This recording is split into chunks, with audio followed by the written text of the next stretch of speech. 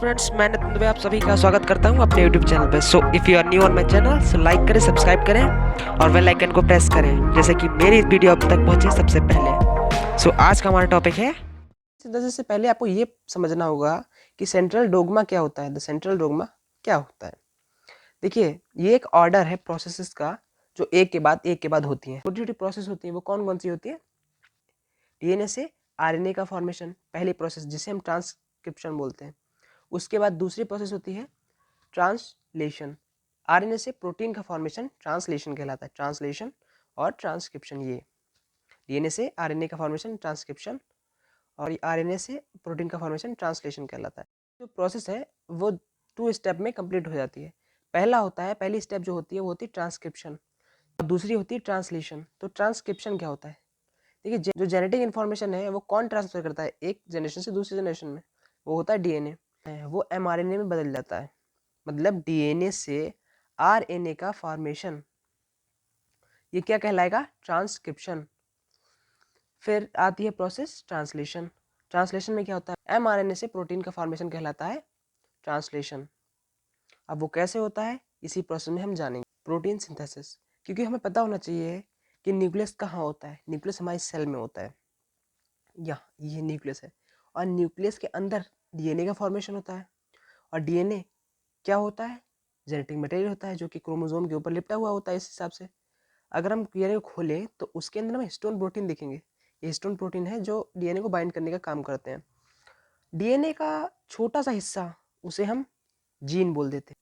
Protein synthesis कैसे start होती है? तो सबसे पहला जो आता है आरएनए पॉलीमरेज, एक एंजाइम आता है जो डीएनए स्ट्रैंड को तोड़ने का काम करता है। जैसे ये दिखाया जा रहा है, ये तोड़ रहा है।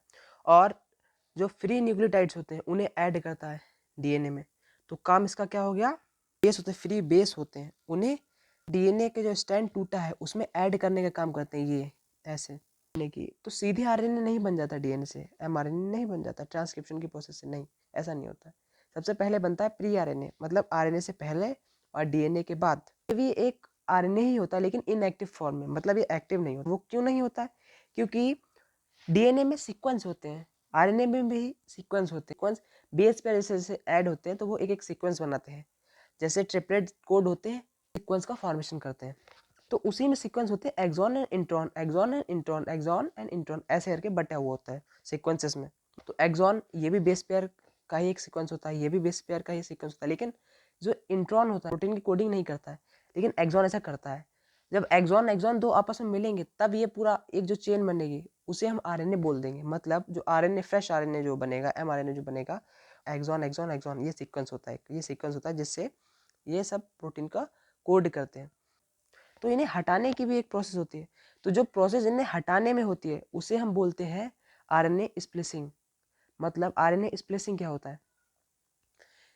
ये सीक्वेंस है एक्सॉन इंट्रॉन, एक्सॉन इंट्रॉन और एक्सॉन इंट्रॉन, ऐसे सीक्वेंस होते हैं लंबी चेन में। तो इंट्रॉन को हटाना या फिर कह सकते हैं एक्सॉन एक्सॉन को मिलाना, मतलब ये पूरी चेन एक्सॉन की बनाना, ना कि इंट्रॉन की। ये अभी तो इंट्रॉन एक्सॉन दोनों की है जो प्री आरएनए की चेन है, लेकिन जब इसमें से इंट्रॉन हट जाएगा तब ये एक्सॉन एक्सॉन एक्सॉन की चेन बन जाएगी। ये स्प्लिसिंग ही कहलाता है।